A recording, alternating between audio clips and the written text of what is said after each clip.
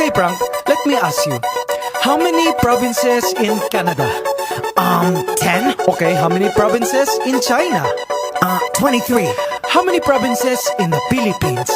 I don't know. How many? Believe it or not, 81. Abra, Kalinga, Aurora, Laguna, Maguindanao, Ifugao, Isabela, Aklan and Basilan, Sulu, Biliran, Leyte, Cagayan, Bulacan and Palawan, Batanes, Batangas, Bohol, Guimaras, Agusan del Norte, Agusan del Sur, Capiz, Cavite, Bataan, Masbate, Ilocos Norte, Ilocos Sur, Tadlac, Tawi-Tawi, Cebu, Sarangani, Camarines Norte, Sorsogon, Hombos de la Valley, Quezon, Zambales, Camarines Sur and Bukidnon, Zamboanga, Sibugay and Del Sur, Albay, Zamboanga del Norte din. There's Pampanga, Nueva Ecija, Nueva Vizcaya and Camiguin. These are the Philippine provinces. Every Pinoy in the world comes from one of them. Mabuhay! These are the Philippine provinces. In our 7,107 islands. Davao Oriental and Occidental, Davao del Sur, Davao del Norte, Negros Oriental and Occidental, Siquijor Mountain, Southern Leyte, South Cotabato, Catanduanes, Sultan Kudarat, Pangasinan, Misamis Oriental, Iloilo, Nogan Samar and the eastern one, Surigao del Norte and del Sur, Misamis Occidental, Samar, Lanao del Norte and del Sur, Oriental Mindoro and Rizal, Benguet Antique and Marinduque, Dinagat Islands, then Romblon, Quirino Apayao and Cotabato, Occidental Mindoro, La Union.